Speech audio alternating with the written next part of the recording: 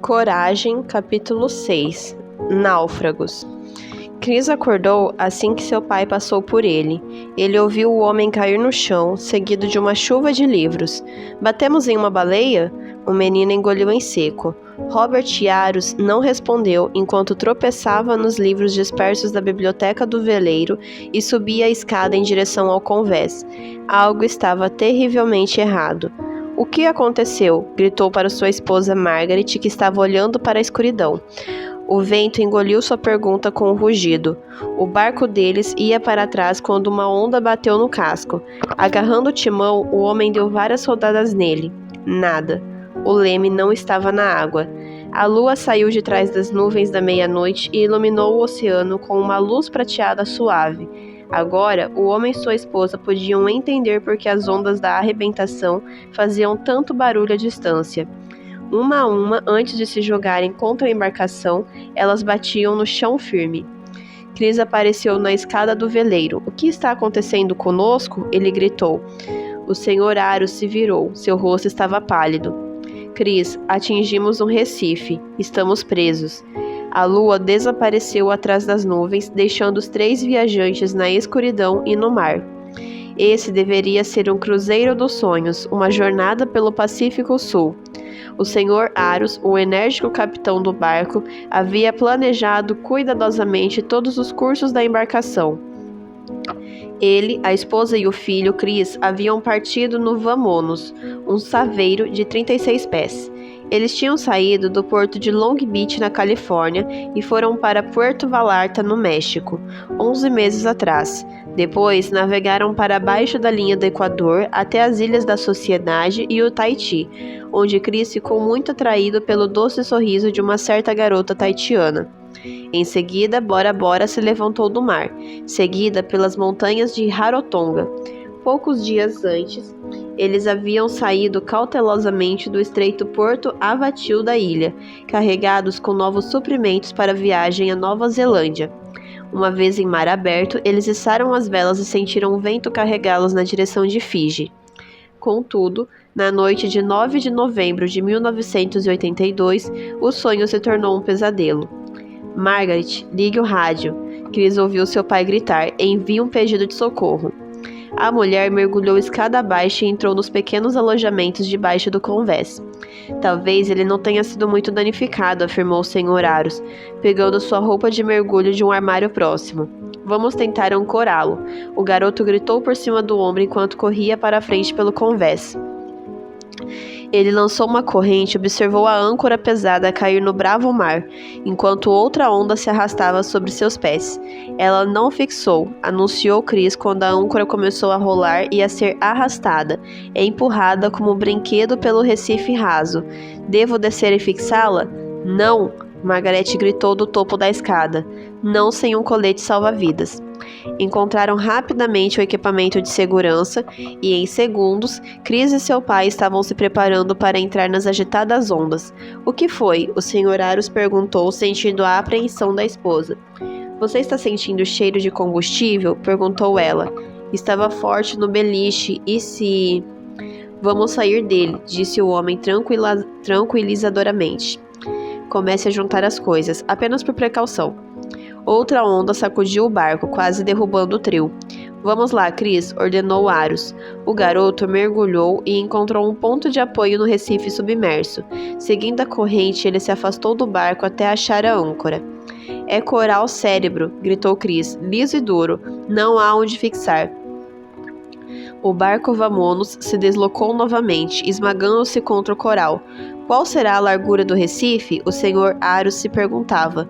"Quanto tempo temos antes de o mar empurrar o desgastado barco sobre a borda?" Ele caiu na água escura e agarrou a âncora de proa. Talvez isso os mantivesse firmes. Lutando contra o movimento constante das ondas, ele correu para um local a alguma distância e permitiu que o peso de quase 16 quilos afundasse no coral. Quando ele se virou, seus olhos se arregalaram. Iluminadas por pequenos relances do luar, as velas do Vamonos se agitaram como um fantasma naquele vento uivante. Soltando-se de suas amarras, as ondas batiam sem piedade contra a embarcação, jogando altos jatos de água no mar. Mas a visão que parou o coração do homem nesse meio tempo foi o casco. Ele estava partido de proa a popa, como um coco sendo preparado para uma refeição. A luz fluiu de seu interior, derramando-se pela superfície do mar. Um poderoso odor asfixiante encheu suas narinas. Os tubos de combustível se separaram. Não conseguimos ancorar o barco, disse o Sr. Aros, tentando manter a voz calma. Chris, Margaret, temos que abandonar o barco. Os dois voltaram para o deck inclinado, encontrando um caminho pela luz fraca, enquanto onda após onda os atingia. Margaret, temos que ir, gritou o homem pela escotilha. Ele viu a água girando e subindo abaixo do convés. Você e Chris devem pegar o que precisam. Peguei comida, falou a mulher, aparecendo na base da escada, e nossos passaportes. O gráfico, os livros náuticos, uma bússola e nossa Bíblia. Ótimo, vamos, seu marido gritou. O barco está cheio de fumaça, as luzes e baterias ainda estão ligadas. Eu sei, interrompeu Margaret enquanto levava suprimento para o convés. Elas podem soltar uma faísca, estou com tanto medo. O homem se firmou. Vamos, Chris, vamos entrar logo no bote. O Sr. Aros e seu filho desdobraram a pequena embarcação de emergência de seu lugar de armazenamento acima da cabine e começaram a inflar o bote de borracha que havia sido embalado em sua capa protetora. Enquanto Chris trabalhava na bomba de pé, seu pai pegava suprimentos freneticamente. Vendo uma grande bolsa de lona cheia de cocos, ele a levantou e começou a carregá-la ao longo do convés. Sem emitir nenhum som, a bolsa se abriu, soltando as preciosas frutas no mar. O que mais, pai? Chris perguntou enquanto jogava o bote macio ao mar. Pegue o velejador.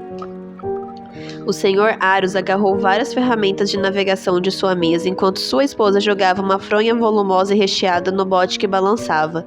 Eles trabalharam rapidamente, lutando contra a sensação aterrorizante de que, a qualquer momento, o Vamonos poderia explodir em um clarão brilhante, lançando-os em chamas no oceano. Temos que sair daqui, o homem gritou. Chris, suba no bote inflável e puxe o velejador. Margaret, pule, você tem que pular. Bob, ela olhou para o marido com o medo escurecendo seu rosto normalmente alegre. O homem fez uma pausa. Você tem que pular, ele repetiu. Desta vez, suas palavras eram suaves e encorajadoras. Eu estarei bem atrás de você. Margaret escorregou para o mar e desceu para o bote que a esperava. O Sr. Aros a seguiu rapidamente sem dizer uma palavra. Ele e Chris amarraram as duas embarcações e liberaram suas conexões com o Vamonos. Instantaneamente, eles passaram pelo barco e se afastaram, levados pela corrente. Olhando para trás, viram seu lindo barco se arrastando nas águas, as velas rasgadas batendo, o orgulhoso mastro sendo lançado em um ângulo vertiginoso, e então ele se foi. Tudo que restava era noite. O oceano do sul do Pacífico parecia um cobertor cinzento enrugado enquanto o sol subia em direção ao horizonte distante, perseguindo a noite para o oeste com sua aproximação silenciosa. Em algum lugar, no vasto movimento das correntes e marés, um trio de viajantes sentava-se amontoado em um minúsculo bote inflável, observando o amanhecer com olhos questionadores. Horas antes, à meia-noite, eles viram seu barco Vamonos, danificado e quebrado, sumir de vista, engolido pelas ondas fortes que varriam o recife de Berevide. Agora, com um novo dia, um pensamento pesava no ar quente. Quanto tempo eles sobreviveriam? Vão ficar procurando por nós, disse Robert Aros, olhando para seu filho de 17 anos, Chris, e sua esposa Margaret. Sim, disse o garoto sorrindo. Enviamos um pedido de socorro. Ah, não enviamos, interrompeu a mulher. Quando desci, o rádio parou de funcionar assim que o liguei. A água havia chegado até ele. Ele não funcionou. Não funcionou. Chris arfou com uma carranca marcando seu rosto jovem. Depois, voltou a se animar. Mas eles vão ficar sem o nosso check-in regular e o relatório de navegação na rede marítima, certo? Sim, eles vão, o pai assentiu, mas pode levar dias até que eles nos encontrem. É melhor fazermos um balanço dos suprimentos e um plano de sobrevivência. Os três começaram a vasculhar as sacolas e outros recipientes que haviam jogado às pressas nos 2 botes na noite anterior. Junto a um kit de primeiros socorros havia um sinalizador, uma lanterna, equipamento de pesca e um dispositivo para coletar umidade do ar. Chris encontrou algumas camisas, calças e sua faca de sobrevivência. Havia 3 coletes salva-vidas e um recipiente com quase 20 litros de água. "Espere aí", disse o Sr. Aros, levantando os olhos. "Onde está o almanaque náutico? Onde está a bússola?" "Sinto muito", respondeu Margaret. "Devo ter colocado eles no chão, mas não os coloquei no saco." O homem se virou e cruzou os braços sobre o peito, cortando a conversa. Chris não gostava quando seu pai ficava bravo. Normalmente, ele era um homem alegre, cheio de vida e de grandes ideias, mas havia momentos em que seu pai podia ser um pouco teimoso e inflexível. Finalmente, o Sr. Aros quebrou o silêncio. "Temos de montar uma vela e um leme. Pelos meus últimos cálculos, estamos a leste de Tonga. Essa área do oceano tem muitas ilhas. Com a corrente indo nessa direção, devemos navegar para uma delas antes que nossa comida acabe. Mas não devemos ir para o sudoeste. Não há nada lá embaixo, além de mais de 4.000 quilômetros de mar aberto." "Isso parece bom, capitão", Chris respondeu. Ele olhou para Margaret. "Sim, isso faz sentido", ela disse. "Ei, o que tem para o café da manhã?" o garoto perguntou animadamente, tentando levar a conversa para um nível mais confortável. O Sr. Aros pegou a fronha que sua esposa havia jogado na noite anterior e olhou seu conteúdo. "Parece que temos principalmente produtos enlatados e sem rótulos", acrescentou Chris, espiando por trás de seu pai. O homem franziu a testa. "Nada mais?" "Nenhuma fruta e um suco de laranja, as bananas, eu não peguei", disse Margaret baixinho. "Tudo que eu conseguia pensar era no barco afundando, eu tinha que sair rápido dali." O Sr. Aros fechou os olhos e manteve a boca fechada por um longo momento. "Ok, tudo bem", disse finalmente. "Temos 17 latas de comida, alguns amendoins e 4 pacotes de macarrão seco. Acho que levaremos de 7 a 9 dias para chegar a Tonga, mas é melhor estarmos seguros. Vamos dividir uma lata de comida entre nós a cada manhã. À noite, cada um de nós pode comer 7 amendoins. Se isso for feito corretamente, vai durar 10 dias, então começaremos com os alimentos secos." "Podemos sobreviver com isso", afirmou Chris esperançoso. "Sim", concordou Margaret, "e temos água, não muita, mas acho que temos o suficiente para aguentar." A pequena família baixou a cabeça e orou. Depois, abriu a primeira lata de comida. O dia passou enquanto os 3 náufragos se preparavam para a jornada. Prenderam uma vela improvisada entre 2 remos e a içaram. Outro remo foi preso ao bote traseiro para servir de leme. Margaret mal dormiu naquela noite, enrolada sob a vela amarrada, tendo marido e enteado posicionados um de cada lado dela. Ao amanhecer, eles guardaram alguns grãos de milho do café da manhã para usar como isca de pesca. Entretanto, nada subiu para mordiscar o lanche no meio do oceano. A fome estava começando a bater no estômago dos 3 marinheiros. Chris sentou-se observando as ondas com um olhar distante. "Eles irão nos encontrar", disse ele, mais para si mesmo do que para os outros. Sem avisar, uma onda traiçoeira ergueu-se do mar sem ser vista e foi em direção aos botes. Seus movimentos eram sutis e rápidos. Antes que alguém pudesse reagir, a grande onda estava sobre eles. Como folhas diante do vento, as minúsculas embarcações viraram, jogando seus ocupantes na onda. "Margaret, Chris", o Sr. Aros gritou no instante em que voltou para a superfície. "Papai, aqui, eu também!" Eles rapidamente endireitaram os barcos e voltaram a bordo, ofegando. Um remo se perdeu, assim como os suprimentos médicos, um par de tênis e sua única lanterna. Entretanto, a comida e a água permaneciam bem amarradas. A vida logo se transformou em uma série de eventos simples que se tornavam cada vez mais difíceis com o passar dos dias. Todas as tardes o vento aumentava, empurrando as ondas cada vez mais alto, sacudindo os botes, esticando as cordas que os prendiam. Manter o rumo tornou-se difícil, enquanto os 3 se revezavam para manter a pequena flotilha indo direto para as ondas. "Sinto muito por ter nos metido nisto", disse Aros uma tarde. "Eu deveria ter sido um navegador melhor. Não pensei que estivéssemos perto daqueles recifes." "Ah, o que é isso, pai?", disse Chris. "Não seja tão duro consigo mesmo." Navegar pelo Pacífico era o meu sonho, não o de vocês, rebateu o homem. Está tudo bem, nós nos divertimos muito. Além disso, você ainda é o capitão. Sim, você nos meteu nisto, mas sabemos que você vai nos tirar daqui. O Senhor Aros tentou sorrir, mas não conseguiu. A próxima vez que uma onda traiçoeira os atingiu foi à noite.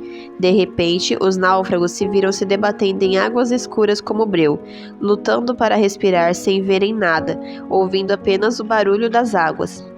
Chris, Margaret, chamou o Sr. Aros no momento em que emergiu. Pai! O homem girava a cabeça freneticamente. Margaret, Margaret! Papai, onde ela está? Será que ela bateu a cabeça na queda? Procure por ela, Chris. Pai e filho se abaixaram sobre a superfície do mar escuro, cada um com uma mão segurando o bote e a outra balançando à procura na frente deles.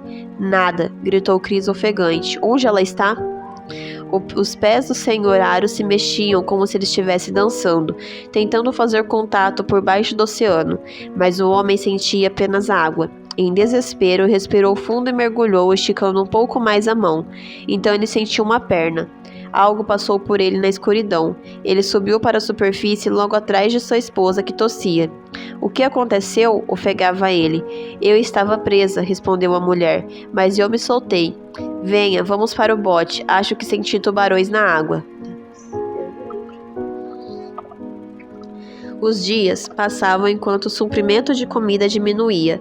Outro inimigo, tão irritante quanto a fome, começou a devastar os 3 náufragos. Feridas apareceram em seus corpos, feridas dolorosas que os impossibilitavam de dormir e se sentar confortavelmente. A mistura de sol quente, água salgada e estágios iniciais de desnutrição começou a corroer a carne deles. Cada vez que uma onda inesperada os atingia, virando seu mundo de cabeça para baixo, outra peça vital do equipamento de sobrevivência desaparecia, caindo lentamente por milhares de metros até a água do fundo do oceano. A faca, o equipamento de pesca, o destilador de água, trocas de roupa, tudo desapareceu sem deixar vestígios. Outras vezes, o mar era mais sutil em seus roubos. Papai, o remo! O Sr. Aros olhou para suas mãos. O leme que momentos antes estivera bem seguro em suas mãos havia sumido, arrancado pelo movimento repentino de uma simples onda. Em um instante, o garoto mergulhou na água e nadou atrás do remo boiando, que ficava cada vez mais longe do bote. Após alcançá-lo, ele o segurou com uma das mãos e começou a nadar com a outra. Contudo, alguns segundos depois, seus pais o viram parar e mergulhar sob a água. Algo estava errado. Chris não estava conseguindo diminuir a distância entre ele e o bote. O Sr. Aros arrancou o mastro esquerdo de seu encaixe, caindo de joelhos. O homem arrancou a vela e enfiou o remo na água. Reme com as mãos, ele gritou para Margaret. A corrente lutava contra eles, empurrando-os para longe do garoto que se esforçava. Seus braços e pulmões começaram a doer. Reme, Margaret, reme! Estou remando, ela respondeu. Lentamente, Chris se aproximou. O pai estava começando a enfraquecer. Os músculos dos seus braços doíam, recusando-se a liberar mais 1 grama de energia. Então ele ouviu algo batendo no bote macio. Olhando para cima, viu a mão de Chris, jogando o remo no chão. Ele agarrou o garoto por baixo do braço e puxou-o para bordo. O Sr. Aros percebeu que ele estava chorando, embora não soubesse quando havia começado a chorar. Chris se viu cercado por braços trêmulos e cheios de beijos de Margaret. Graças a Deus, repetia o pai. Minhas calças ficaram muito pesadas, disse o garoto puxando o ar. Não consegui tirá-las, tentei, mas elas se prenderam em meus pés, amarrando um ao outro. Não conseguia usar as pernas, só os braços. Tive de segurar o remo, foi tão difícil, eu realmente pensei que iria me afogar. Por um longo momento, os 3 ficaram abraçados, tentando apagar da mente imagens do que poderia ter acontecido. No dia seguinte, o bote inflável começou a murchar. Chris respirou profundamente e se segurou com firmeza ao lado do bote. Esses mergulhos repentinos no oceano estavam virando rotina. Logo que ele encontrava um lugar confortável e caíam em um sono agitado, uma onda traiçoeira se levantava e quebrava sobre eles, jogando-os como lenha no oceano. O filho olhou para o pai, que estava tentando manter-se à tona. O homem estava cheio de feridas. Seu rosto, geralmente bem barbeado, estava emoldurado por uma barba grisalha e crespa. Chris viu Margaret lutar para chegar à superfície. A adaptação da entrada dela na família havia sido difícil para ele. No entanto, ela o conquistou com sua devoção implacável e altruísta, tanto para com seu pai quanto para com ele. Agora, juntos, eles enfrentavam algo que nenhum deles jamais havia imaginado. Eles sentiam que morreriam no mar. 19 dias se passaram desde que o Vamonos desapareceu de vista. A maior parte da comida havia acabado. Apenas alguns macarrões secos se interpunham entre eles e a fome. Dia 21. A comida acabou. Havia pouca água fresca. À distância, eles viram ilhas no horizonte, seduzindo-os com sua promessa de todo tipo de frutas e rios de água límpida e doce. Mas sempre eram arrastados para fora do alcance. Algumas até se erguiam à frente, mas as correntes oceânicas se deslocavam a cerca de 1,5 km da terra, levando os náufragos para longe das praias distantes, onde coqueiros balançavam no ar úmido. Em seu estado enfraquecido, o trio sabia que tentar nadar até a terra seria suicídio, e sempre havia a possibilidade de tubarões esperando logo abaixo da superfície. Uma tarde, um novo inimigo passou a residir no bote. Pai! O homem fez uma pausa, com a garrafa de água em seus lábios. O líquido quente tinha um gosto bom, muito bom. Por que aquelas duas pessoas estavam tentando impedi-lo de terminar sua bebida? O que você está fazendo? Perguntou Margaret. O Sr. Aros piscou e não disse nada. Chris, segure ele. O garoto segurou o pai, sentindo um choque imediato ao perceber como os braços dele estavam leves e os ossos aparentes. Margaret facilmente tirou o recipiente de água de seus lábios. Quanto ainda temos? Chris perguntou temerosamente. Menos de meio litro. Ele bebeu a metade do que havia sobrado. O homem olhou para o mar. Ele não sentia tanta sede agora. No meio da manhã do 23º dia, eles viram algo novo à frente. Algo raso na água. É um banco de areia, afirmou o Sr. Aros com a respiração ofegante. Chris analisou a faixa de terra que se aproximava, projetando-se a poucos metros da superfície do mar. Ei, não estamos nos desviando. As ondas começaram a crescer. Ao meio-dia, elas estavam muito altas, empurrando o bote em um bom ritmo. Ainda não estamos nos desviando, anunciou o garoto, estudando a margem distante. A que distância estamos? Perguntou o Sr. Aros. Menos de 2 quilômetros. A barreira ainda está bem à frente.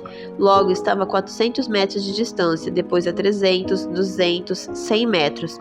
Ainda não estamos nos desviando, gritou Chris tenso. 50 metros. 15 metros. O bote começou a se mover para a direita. O que vamos fazer? Margaret gritou. Estamos tão perto. Isso é coral, Chris exclamou apontando para a água.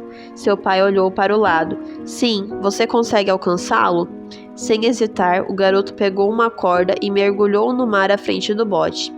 Margaret e o marido viram Chris sendo puxado por cima do coral, seu corpo sendo puxado pela corda enquanto ele tentava amarrá-la. De repente, o bote parou bruscamente. Fantástico, o homem gritou quando Chris surgiu acima da superfície procurando ar. Você conseguiu. Vamos chegar à terra seca, exclamou o garoto com mais entusiasmo do que havia demonstrado em semanas. Quando os ventos diminuírem, vamos remar. Durante toda a tarde, o trio ficou olhando para o pequeno trecho de areia e terra a apenas 15 metros de distância. Não havia árvores, apenas alguns arbustos, mas era terra firme. Será que eles teriam energia suficiente no corpo para remar os últimos 15 metros contra a corrente? Eles tinham apenas um remo sobrando. A água e a comida haviam acabado. A terrível verdade era que eles estavam morrendo.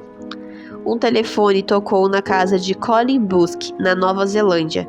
Aqui é Miller, da equipe de busca e resgate. Alguma notícia? Ele perguntou. A voz na linha hesitou. Nosso avião ficou no ar por um total de 14 horas. Eles viram os destroços de um barco do tamanho do Vamonos no Recife de Berevide. Ele estava bem destruído, não era possível avistar o nome, então revistaram a área geral entre o Recife e Fiji. Se houvesse alguém tentando chamar a atenção da equipe de avião, teria sido visto. Compreendo. Autorizei uma varredura de 5 horas amanhã de manhã. Isso é tudo o que posso fazer por enquanto. Quero encontrar seus amigos, Sr. Busk. Obrigado, Sr. Miller, disse Colin. Eu agradeço. O homem desligou o telefone e olhou para a esposa. Ele balançou a cabeça lentamente, depois pegou o microfone do rádio. Muitos outros aguardavam notícias da família Aros. Mais uma vez, ele teria que dizer a eles que ainda estavam perdidos no mar. Naquele momento, acima de uma pequena faixa de terra a muitos quilômetros de distância, uma esbelta andorinha do mar rodeava no ar quente do entardecer, enquanto voltava para se empoleirar sobre sua ninhada de ovos. Antes de pousar, ela teve um vislumbre de uma visão curiosa na praia. Com batidas poderosas de suas asas, a andorinha do mar ergueu-se no ar e parou por um momento. Abaixo dela, na areia, havia 3 formas deitadas imóveis na água rasa. O pássaro não parou para investigar, pois os objetos pareciam não oferecer perigo. Satisfeito, o pássaro voltou ao ninho e se preparou para a noite.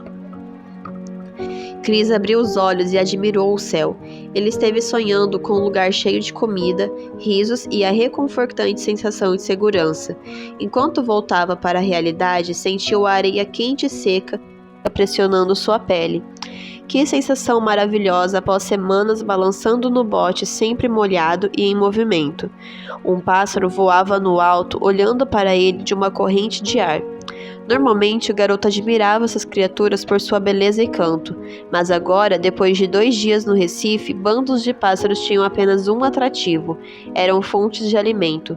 O garoto franziu a testa e se ajeitou para poder ver seu pai deitado por perto sobre a sombra do bote inflável que havia sido escorado por um pedaço de madeira flutuante. O homem parecia morto, mas não estava, ainda. Silenciosamente, Chris levantou-se e foi para os locais de nidificação perto do banco de areia. Ele queria pegar alguns ovos. Ele sentia que poderiam comer tudo o que encontrassem e ainda sentiriam fome. Quando voltou, deixou cair sua coleta na areia e deitou-se ao lado dela. Depois de um longo momento, ele falou: "Não quero ir. Não quero deixar este pedacinho de terra." Margaret olhou para ele enquanto seu marido se apoiava em um cotovelo e tentava sorrir. "Eu sei, filho", disse o homem. "É tão quente e confortável aqui em comparação com o bote." O Sr. Aros limpou a garganta, tentando adicionar umidade à sua língua. "Pense no que você está dizendo, Chris. Não é nada confortável aqui. É uma rocha de coral estéril coberta de xisto e areia. Não é uma coisa com vida. Está morta, assim como ficaremos se permanecermos aqui." O garoto estremeceu ligeiramente. "Tenho medo de sair para o mar aberto de novo." Margaret se acomodou ao lado do adolescente e colocou uma mão reconfortante em seu ombro enquanto o marido continuava. "Olhe lá longe, Chris", disse ele apontando. "Está vendo aquelas outras ilhas? Elas são vida, elas são a vovó, o vovô e seus amigos da escola. Elas são a sua chance de crescer e fazer o que você quiser. Elas são sua esposa e filhos, elas são músicas e risadas." Chris baixou o olhar. "E se não conseguirmos?" Margaret gentilmente pressionou a testa contra dele. "Então vamos apenas adormecer, um sono tranquilo e esperar pela ressurreição." Ela tirou as mechas de cabelo dos olhos dele. "O que você me diz, Chris?" O garoto assentiu lentamente. "Eu digo que tudo bem." Ele pegou a mão dela e deu um aperto suave. Ele fez o mesmo com seu pai. A decisão foi tomada por todos. Eles partiriam novamente em busca de vida além do banco de areia. Os 3 sabiam que esse seria o esforço final deles. Leonard Tolsturs ajustou o apoio de mão no parapeito da grande lancha a motor e observou o movimento do mar além da proa. Ele escolheu esse caminho porque o coral era profundo o suficiente para impedir que as ondas quebrassem. Mais adiante, um pequeno banco de areia que os nativos chamavam de nunuco esperava sua chegada. Ele olhou para os outros 5 na embarcação, todos fijianos e cristãos adventistas do 7º dia como ele. Eles estavam passando um dia relaxante, procurando conchas e se aquecendo sob o sol quente de dezembro. O Dr. Thorst, um professor de teologia, nem sequer planejava incluir aquele trecho específico do mar no passeio daquele dia, mas os itinerários mudaram no último minuto. Alguns anos atrás, um aluno havia anilhado alguns pássaros naquela área e estava curioso para saber quantos ainda restavam. Então, pensando muito nas conchas e pássaros anilhados, o homem ergueu seu binóculo e examinou o banco de areia próximo. De repente, um dos fijianos se ergueu ligeiramente. "Estou vendo alguém", ele relatou. Os outros observaram a faixa distante de terra, franzindo a testa. Talvez haja caçadores japoneses lá, sugeriu um deles. Eles podem ser perigosos se os pegarmos fazendo algo ilegal. Leonard mudou de posição para enxergar melhor. Seja lá o que for, ou quem quer que seja, está fazendo os pássaros voarem. Consegue ver? Uma pequena nuvem de andorinhas do mar havia surgido na extremidade norte do banco de areia, e os pássaros pairavam sobre as ondas, aparentemente assustados com algo logo abaixo. Margaret virou-se bruscamente. O que é aquilo? Ela perguntou em voz alta. Chris olhou na direção que ela apontava. O som de um motor distante pairava no ar quente. É um barco! A mulher gritou. Ela e Chris pegaram seus coletes e começaram a correr pela praia, acenando para eles, gritando com toda a força. Eles viram o navio se desviando. Será que eles não estão nos vendo? Ela gritou com desespero em suas palavras. Em seguida, lentamente o barco começou a virar. Depois de um tempo, ele foi direto para a família encalhada. Alguém acenou da lancha. Leonard não podia acreditar no que via. Duas figuras estavam pulando e se abraçando na praia. Mais acima no banco de areia, ele notou um bote virado, apoiado em um ângulo. Essas pessoas estão com problemas, exclamou Leonard quando a lancha parou na areia da praia. Um adolescente com roupas rasgadas e esfarrapadas correu até o barco. Seu rosto estava magro, semelhante a couro, mas radiante com um sorriso. Ao pisar na areia, Leonard viu uma mulher correndo a toda velocidade em sua direção. Ele ficou preocupado de que ela o derrubasse, mas ela conseguiu parar e agarrar seu braço. Graças a Deus que você veio, ela disse ofegante com as mãos tremendo. Temos orado por isso. Onde estamos? Fiji? Talvez Tonga? Nosso barco afundou há 26 dias. Estávamos à deriva. O Dr. Thorhurst agarrou a mão da mulher. Você precisa de água.